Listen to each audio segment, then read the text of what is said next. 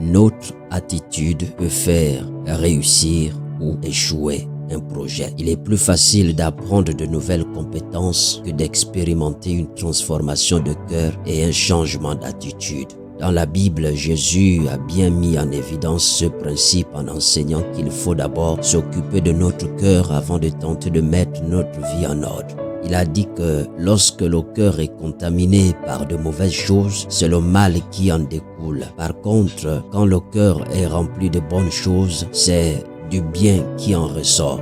Le programme encouragement du jour partage donc avec vous ce matin 4 remarques ayant trait aux attitudes que nous pouvons avoir.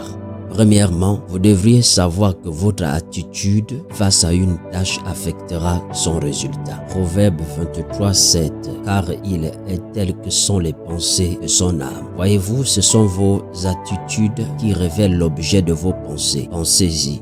Nos pensées stimulent notre cerveau à faire des choix qui projettent toujours vers l'extérieur les sentiments et les convictions qui viennent de l'intérieur.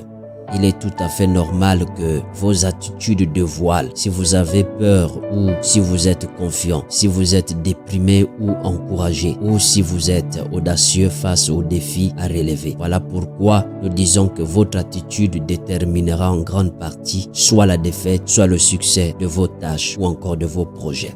Deuxièmement, l'attitude que vous démontrez envers les autres détermine celle qu'ils auront avec vous. John Maxwell disait « Les gens sont des miroirs, ils adoptent l'attitude de leur leader ». Ça veut donc dire qu'en tant que leader, en tant que responsable, je suis censé assumer la responsabilité de l'attitude que manifeste mon organisation, mon église. Jésus a dit dans Luc 6:31, « Ce que vous voulez que les hommes fassent pour vous, faites-le de même pour eux. » Un leader devrait donc modeler l'attitude qu'il veut voir dans son organisation. Troisièmement, votre attitude fera toute la différence entre le succès ou la défaite. Le livre de Proverbes dans la Bible nous rappelle l'importance de notre attitude face à la vie. Il dit « Garde ton cœur plus que toute autre chose, car de lui viennent les sources de la vie. » Proverbe 4:23. Votre attitude peut donc vous éloigner de la victoire. Et enfin 4, savez-vous que votre attitude est contagieuse et qu'elle se communique comme un virus?